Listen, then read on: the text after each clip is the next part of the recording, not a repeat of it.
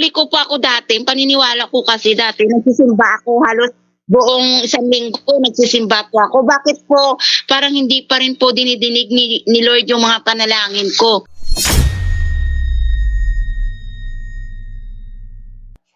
Hello. Magandang gabi po. Hello, good evening po. May tatanong po ako. Sige, go ahead, te. Ano po yung pinagkaiba ng Katoliko at saka yung born again Christian? Punto por Opo. punto por punto. Straight to the point. Pinagkaiba ng born again at saka ng ng Katoliko. Ang born again tatag lang ng ordinaryong tao, ang Katoliko tatag ni Kristo. 'Yun. Tapos. Ano po, bakit po yung minsan po yung ang message po ng pastor po ay nagiging totoo po? No, nagiging totoo. Hindi kailanman nagiging totoo ang message ng pastor. Hindi kailanman. Lagi lang sinasabi na sila ay founded by Christ, but in reality, not. Sila ay nagsimula lang kay Charles Parham. Bakit po pag pinag-pray po namin yung message niya nagkakatotoo naman po minsan? Sagot ako dyan, Bro Jando. Sige, go ahead, Brother Romel. Actually, meron ding sagot yung Biblia. Pakiano na lang po, Brother Jando, yung ikalawang Tesalonica 2:9. Bakit po nagkakaganyan? Kasi nililin lang po tayo ni Satanas. Ito po yung kasi yung mababasa natin sa ikalawang Tesalonica 2:9. Ito sabi sa 2:9 ng Kalawang Tesalonica, ihahayag ang taong masama na taglay ang kapangyarihan ni Satanas. Gagawa siya ng lahat ng uri na nakalilin lang na himala, babalaghan at kamanghamanghang bagay. Yan, klarong-klaro po yan. Sagot po yan sa katanungan. Hello po. Bakit po minsan po binabanggit ni Pastor si Jesus? Yes, Okay. Mateo 7:21, hindi lahat ng tumatawag ng Panginoon, Panginoon ay talagang maliligtas. Yan, Mateo 7:21-23, yung mga nag-preach, yung mga naggawa ng milagro, yung mga sa ngalan ng Panginoong Hesus ay gumawa sila ng kung anuman dyan sa pangalan ng Panginoon. Pero anong sa 23? Sila ay sinabihan pa ng Panginoon, lumayo kayo sa akin, hindi ko kayo nakikilala. Ito pa, dagdag na talata, unang Juan 2:18 hanggang 19. Ito, tingnan natin ha. Sabi ganito, pakinggan mo mabuti. Mga anak, ang nagsasalita si Apostol Juan. Si Apostol Juan, alagad ni Kristo. Sabi niya, malapit na ang mga huling araw. At tulad ng narinig ninyo, malapit na ang pagdating ng Antikristo. Ngayon pa lang ay marami ng Antikristo. Kaya alam nating malapit na ang mga huling araw. Verse 19, kahit naging kasama natin sila, yung Antikristo pala, dati kasama ng mga apostol.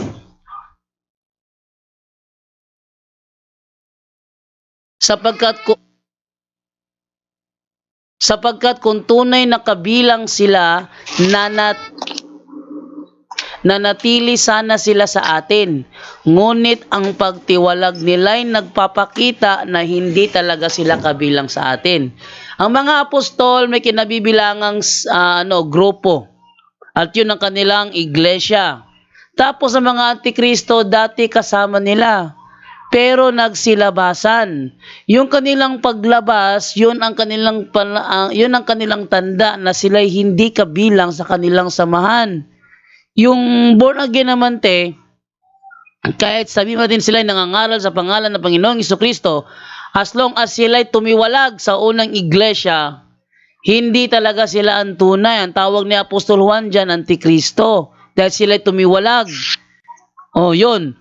Kaya kung ano man anong reason man nila na sabihin nila na sila ay tunay din, hindi pwede mangyari dahil parang kinokontra nila ang sinasabi ni Apostol Juan.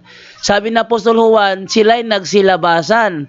At tawag sa kanila, Antikristo, sila ay nagsilabasan sa iglesia. Ang born again, talagang lumabas yan. 1902, nang itatag yan ni Charles Parham. Ang mga kadalasan, majority sa mga born again members ngayon, galing Katoliko. Ano sinasabi sa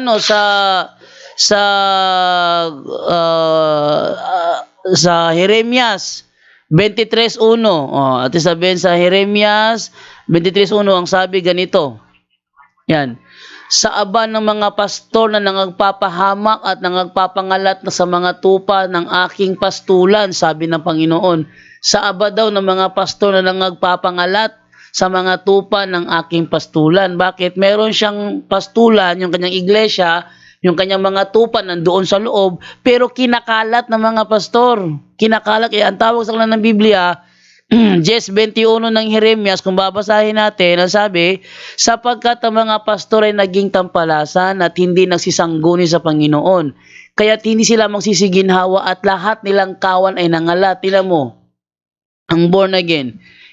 May mga born again na naniniwala na once saved, always saved. Pero mga born again na hindi naniniwala dyan. Meron ako nakilalang born again doon sa Ozami City, naniniwala sila na si Kristo namatay sa araw ng Miyerkules.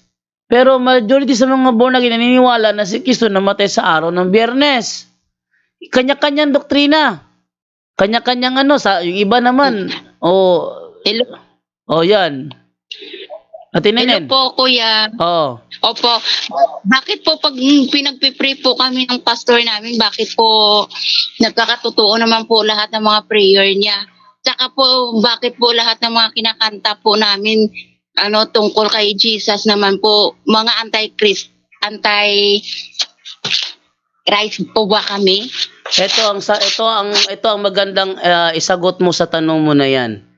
Yung unang Juan 2:18-19. Ang sabi ng mga apostol, ang mga antikristo ay dati nating kasamahan, ngunit sila ay nagsilabasan.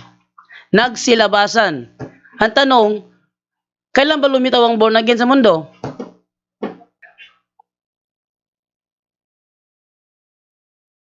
At tingnan niyo, pagkisagot yung tanong, kailan lumitaw ang born again sa mundo, ang born again Christian?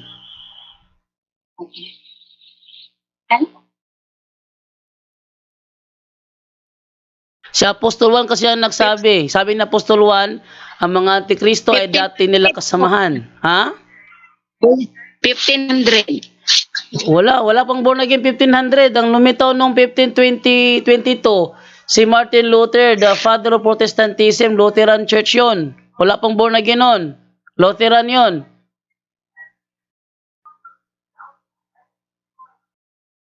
Kahit nga sabihin bro dyan. Ang born again ba dyan daw, pareho ra sila sa Pilipinista. 1902 yan lumabas ni Charles Parham. Yun, Charles Parham. Kaya sabi niya,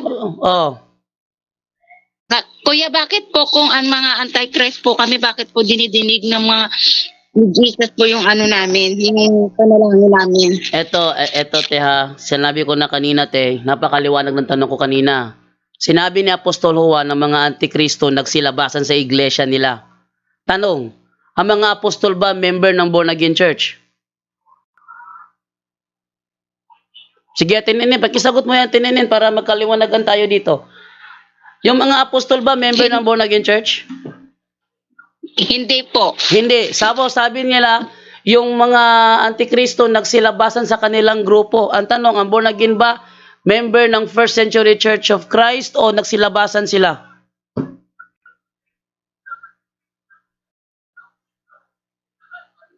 Hindi ko po alam. Anong hindi mo alam? Kaya po ako nagtatanong. 1902, sinabi ni Brother Wendell, ang born again Christian, nagsimula yan 1902, sinimulan niya ni Charles Parham. Siya nagsimula niyan doon sa United States of America, na ang born again Christian doon nagsimula. Ang branch ng born again Christian, yung Pentecostal Church, si Charles Parham din ang founder noon. Ngayon, connected sila ang born again Christian at saka ang Pentecostal Church. Ngayon ito, sabi ni Apostol Juan, ang mga antikristo ay nagsilabasan sa kanilang grupo. Naniniwala ka ba doon, o sumasalungat ka doon sa sinasabi ni Apostol Juan?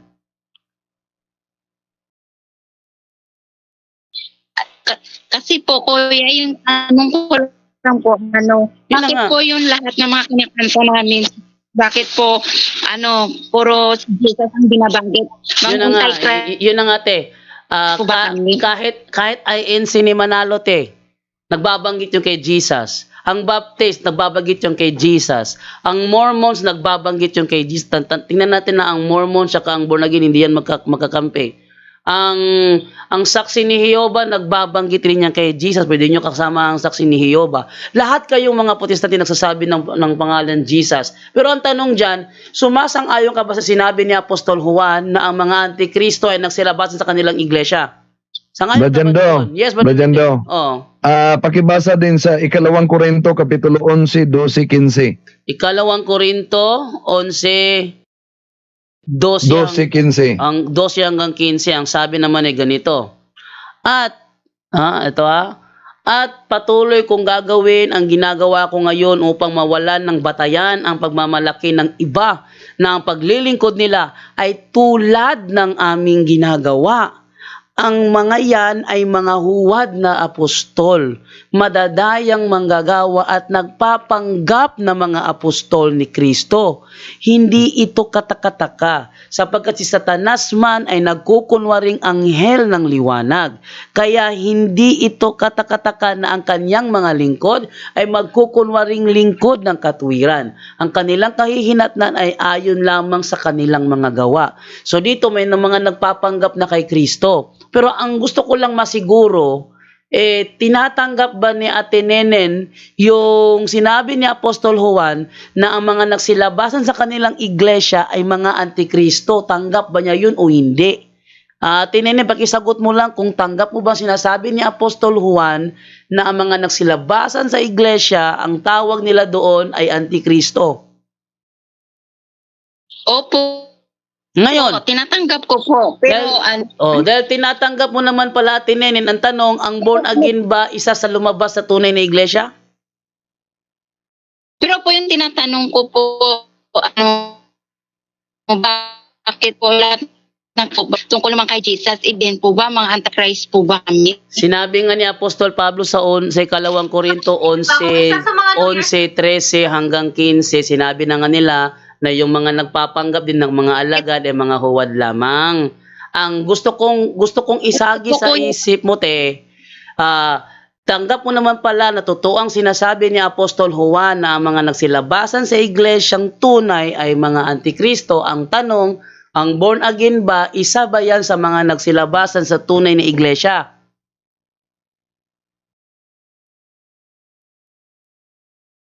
Pakisagot para Hello po, confirm. kuya. Po, Oo.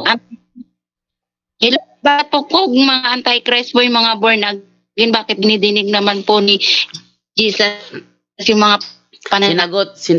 Sinagot na yan kanina.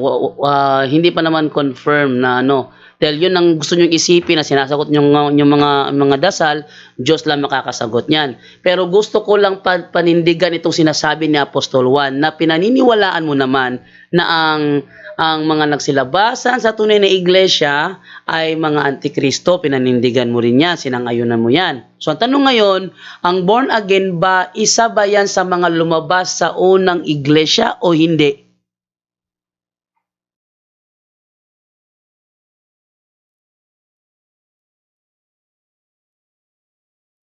Ate Nenen, pakisagot, isa ba ang born again sa mga nagsilabasan sa unang iglesia o hindi?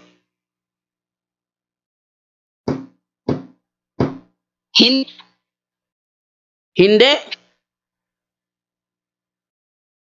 Opo. Kung Yun po yung kung hindi, ito. wala.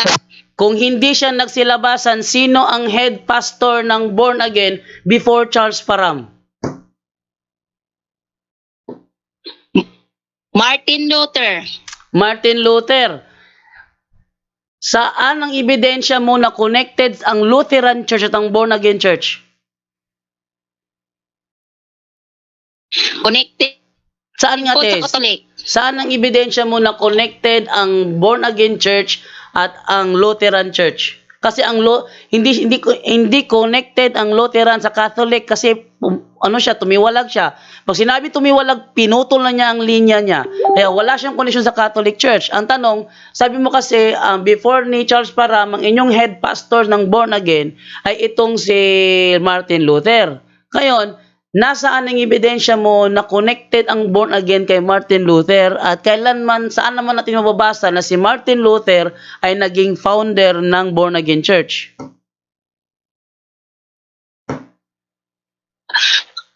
Kaya po kuya nagtanong nga po, alam yung tatanong ako. Yes, nagtanong ako sa iyo, te, kasi mayroon kang binitawan na statement na connected. Ang totoo, hindi sila connected. Hindi sila connected, ha? Walang connection ang Lutheran Church sa Born Again Church. Bakit ang Lutheran Church hanggang ngayon nagbabautismo ng sanggol na hindi ginagawa ng Born Again? Hindi ginagawa ng Born Again yan. Kuya,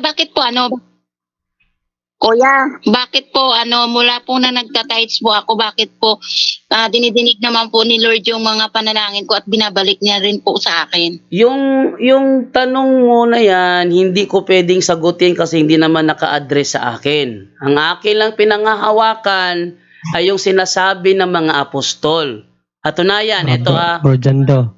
wait lang, Brother John Ray, wait lang, to prove lang te, ano na meron ba talaga yung connection. Ito ang to prove lang ate, ano? Ang Biblia, bago pumanaw ang mga apostol, kanilang ipinagkaloob sa kanilang mga kasamahan sa tunay na iglesia. Ang tanong te, bilang kayo ay tunay na alagad ng Panginoon, ang tanong dyan te is, anong participation ang ginawa ng born again noong panahong binubuo ang Biblia, nilalagyan ng New Testament, ginawang isang libro? Anong ginawa ng born again noong panahong yun kung nandun na nga kayo?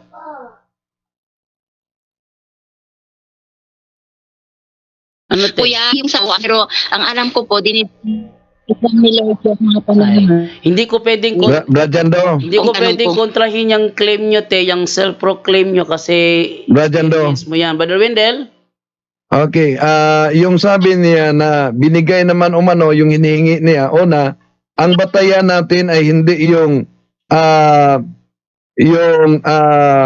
mga temporal needs para masabi natin na grasya yon. Bakit? Pakibasa muna, Brad Jando, yung Mateo 4:9. Anong sabi ni Satanas sa ating Panginoong Hesus? Sabi ganito, sinabi ng Diablo sa kanya, ibibigay ko sa iyo ang lahat ng ito kung magpapatira pa ka at sasamba sa akin. Hindi batayan na ang temporal goods na nasa kamay mo ay sa Diyos na. At saka, tanong ko sister, may tanong lang kasi kanina pa pinapaliwanagan ni Bro Jando, talagang ini-insist mo na totoo kayo dahil lahat ng mga panalangin nyo ay dinidinig ng Diyos, no? Well, sa totoo lang sister, ikaw lang nagsabi nun. Hindi naman ako maniniwala na sinabihan kayo mismo ng Diyos na dininig niya yung panalangin nyo. No? Kasi self-proclaim yun. Pero tanong ko lang sister, maliban sa paniniwala niyo na kayo ang totoo, naniniwala din ba kayo ng ibang protestante na kiklaim din na totoo sila? Maliban sa mga born again na halimbawa, sabihin natin itong mga SDA church, naniniwala ba kayo na nag-claim din sila na totoo sila? Naniniwala kayo doon o hindi?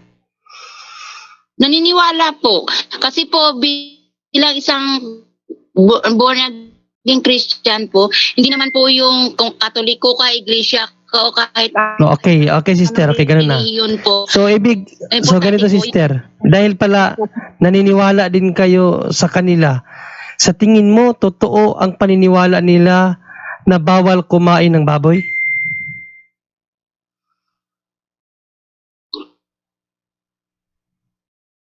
Ay, isang born again Christian po. Hindi. Gusto ko lang ipalinaw sa inyo kasi Hindi naman po bawal sa amin. nagtanong ako sa paniniwala nyo sister, no? Ang paniniwala nyo kasi kayo mga born again Christian ay tunay, no? Kasi nga sabi mo dinidinig ang inyong mga panalangin. Ngayon, question ko, maliban sa paniniwala nyo na kayo ay tunay, naniniwala din ba kayo sa ibang relihiyon na nakiklaim din na sila ay tunay? Sabi mo, yes, no? Dahil protestante din sila. Sa tingin mo, yung paniniwala nila na bawal kumain ng baboy, tama yun o hindi?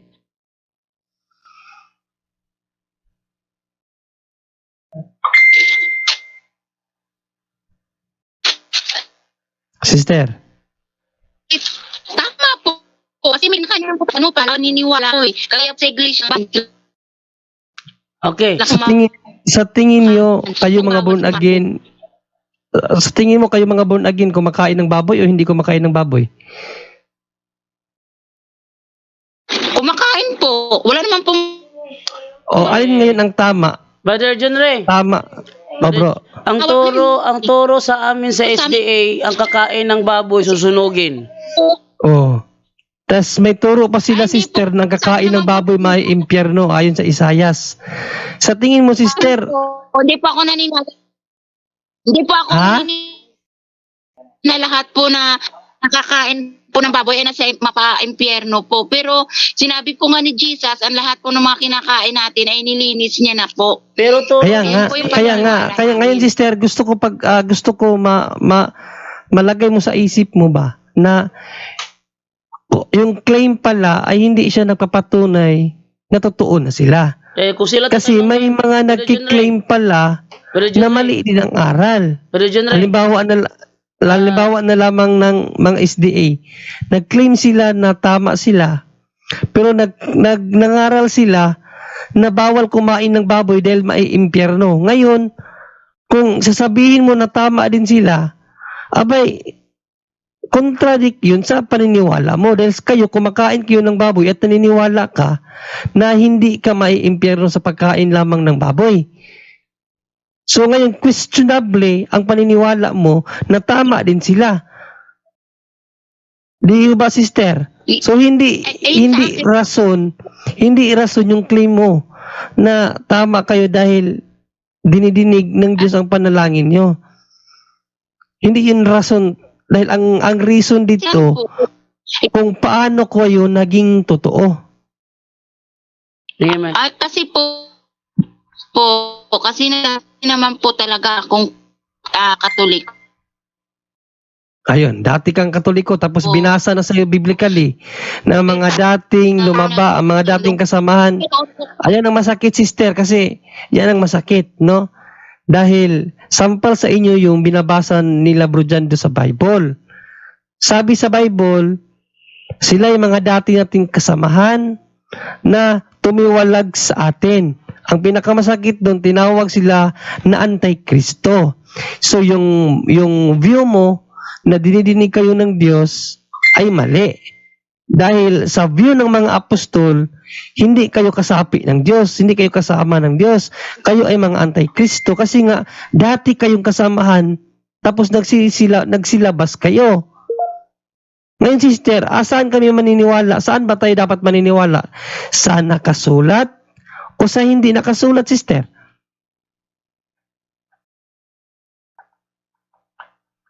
Brother John Ray, Yes, Bro Wendell. Bakit? dati siyang Katoliko at kung tingnan natin ang mabasa dito sa isang Protestant Bible, ito po mabasa natin Romans chapter 11 verse 12. If the Gentiles have been so great gainers by occasion of the sin and fall of the Jews, how much more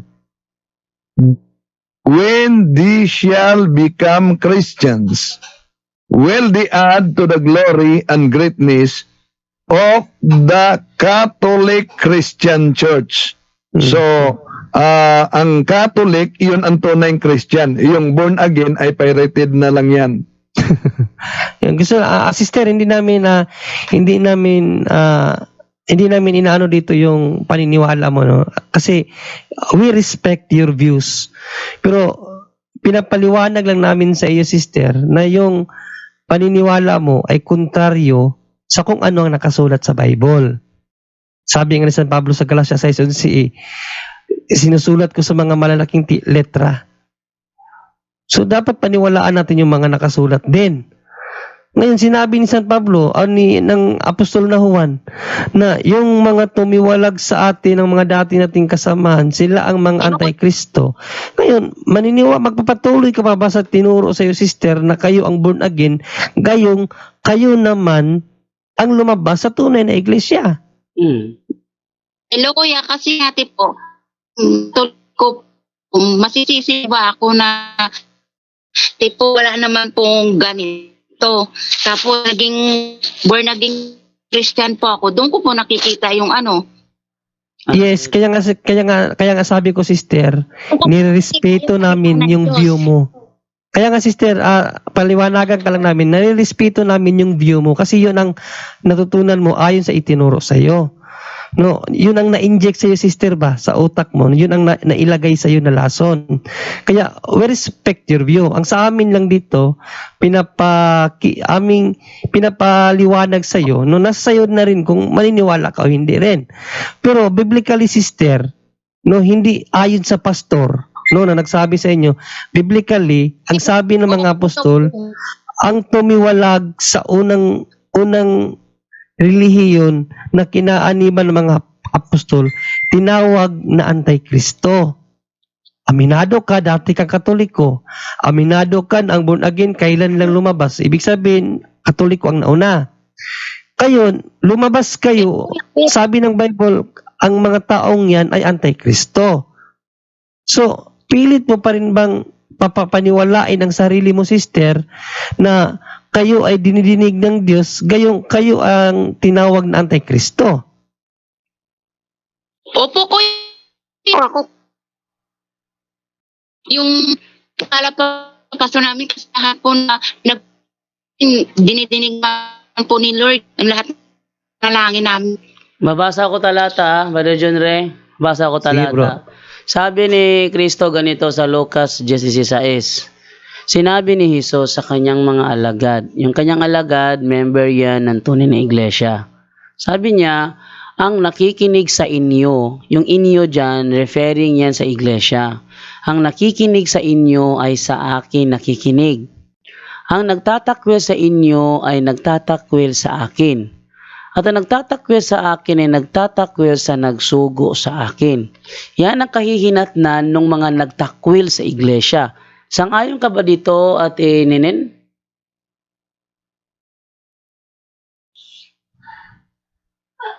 Ate Nenen?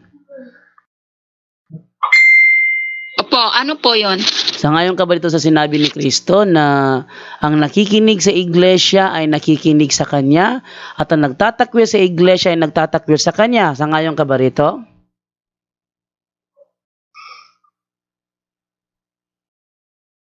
Opo. Ngayon, ang tanong, kayo ba'y nakikinig sa tunay na iglesia o Kaya po- nagtatakwil?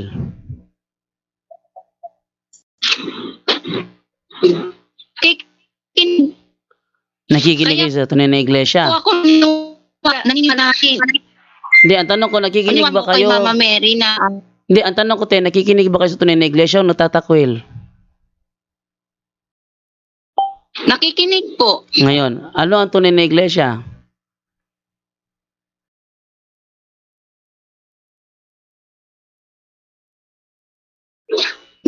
Mayroon pong relasyon Panginoon. Hindi, Kasi po kahit hindi, born te. again ka, Ang tanong ko, Katoliko, te. kahit anong relihi po, Ang, kailangan po importante sa Panginoon. Yun Hindi. lang naman po. Hindi, te. Importante doon. Wala po yun ko. Ay, Yes. mali ka. Mali yan. Maling tindig yan. Maling tindig yan. Bakit? Eto. Paano pong mali ko yan? Eto, babasa ko talata 1:16. Ito ha? Isa pang talata. Bilang mali yan.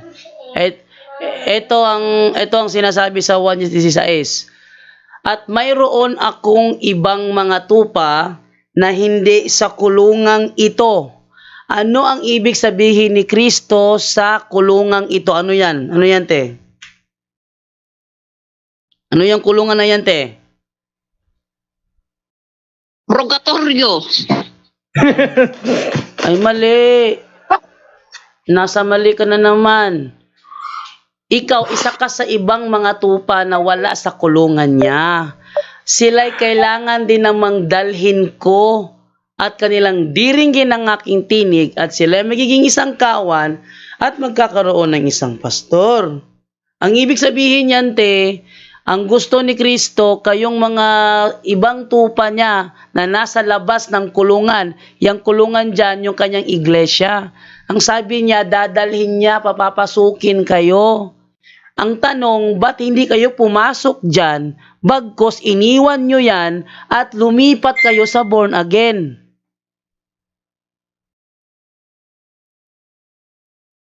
Sagutin ninen.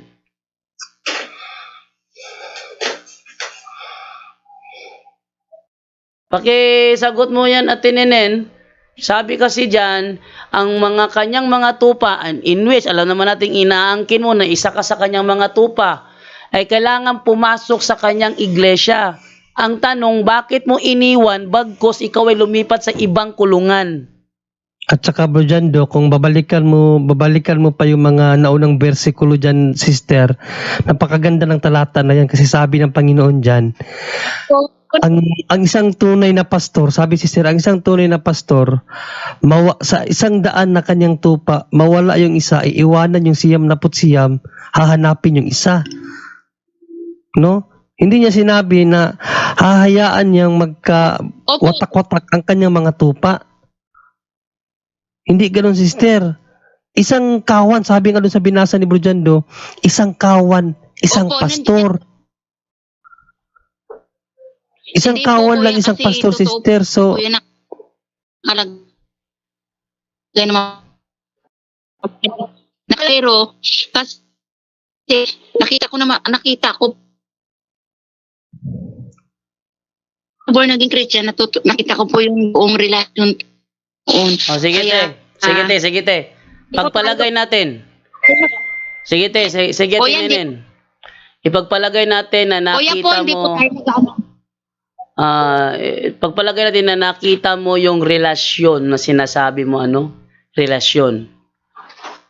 Tanong ko sa iyo, Ate Nenen, nung namatay ang mga apostol, karelasyon ba nila ang maglilibing sa kanila o hindi? Tinenen? Po, hindi ko po alam. Ang tanong ko sa iyo, ulitin ko sa tanong ko sa iyo ha. Nung namatay ang mga apostol, karelasyon ba nila ang maglilibing sa kanila o hindi? Karelasyon. Karelasyon. Kaya nga, Ngayon, tanong ko, kaya po, di ba, saang born again church? Saang born again church nakalibing ang mga apostol? To prove na kayo ay may relasyon. Saang born again church nakalibing ang mga apostol? wala po. Paano mo na mapuprove sa akin ngayon na in reality, kasi yung sabi mo kasi relasyon, pwede nyo i-claim yun na sabihin nyo na may relasyon kami. Hindi naman namin pwedeng yung experience nyo eh. Pero dito tayo sa base sa reality. Sinangayunan mo na ang Kasi- maglilibing sa mga apostol ay ang kanilang mga karelasyon. Tanong ko ngayon, saang born again church nakalibing ang mga apostol? Sabi mo, wala. Paano mo ngayon mapapaliwanag ngayon, te, na ang Katolikong iniwan mo, doon nakalibing ang lahat ng mga apostol maliban kay Judas Iscariote? Anyone can claim the statement of the Bible because we can do a private interpretation. Kining ako mga kaigsunan nga gipabarog nga usa ka haligi nganong matuod ang simbahan tungod kay gitukod ni Kristo. Dili tungod sa pagkamabasa, dili tungod sa karakter, dili tungod sa ngan, usara ang haligi nga kung gipabarog nganong nahimong tinuod ang simbahan Katoliko, way laing rason tinukod sa atong Ginoong Hesus. Talakayan to, hindi bara-bara. Katotohanan lang, walang palusot. Para sa mesa ng usapan, di kami nag-aaway. Puro talakayan, hindi banggayan ng patay malisay. Aral hinahimay, parang beats na nire-replay. Truth ang target namin, hindi hypo display. Bawat teksto sinisilip, context yan di pwedeng ipinipilit. Doctrine na solid, hindi fake, hindi boses ng Diyos, di namin gustong i-credit. Doktrina flow, hasal ng pag-iisip. Salita ng Diyos, yan ang aming inisip. Uhaw sa turo, kaya kami nagdidip. Sa talakayan, truth ang pinanghahawakan. Keep it! Doktrina flow, hindi ito laro. Pag-unaway tumatagos hanggang buto. Sa bawat linya, puso ang sumisigaw. Katotohanan Katotohanan lang, walang bawal, walang bawas raw. May tanong, sige lapag mo, let's go. Di kami takot sa debate na may respeto. Espiritu ang guide, parang beat na smooth ang tempo. Pag may liwanag, lahat ng shadow nagme-melo. Hindi kami nagmamarunong nag-aaral lang. Pag may gap sa mind, Diyos ang pumuno niyan. ang Iglesia ng Diyos mula Espanya papuntang Pilipinas. Dapat malinaw yan. Hindi kompetisyon, hindi kami nagra-rhyme para lang manalo. Puso ang puhunan, hindi bara-bara ang palo. Truth ang goal, yan ang tunay na trono. Doktrina flow, hustle ng pag-iisip. Salita ng Diyos, yan ang aming inisip. Uhaw sa turo, kaya kami nagdidib. Sa talakayan, truth ang pinanghahahakan. Keep it, doktrina flow, hanggang dulo go. Liwanag ang bit-bit, hindi ego. Sa doktrinal na usapang totoo. The pillar and foundation of the Kami ang truth bida, is the yo! church, and the Catholic Church is the church founded by Jesus Christ. Then, asay inyong pilion.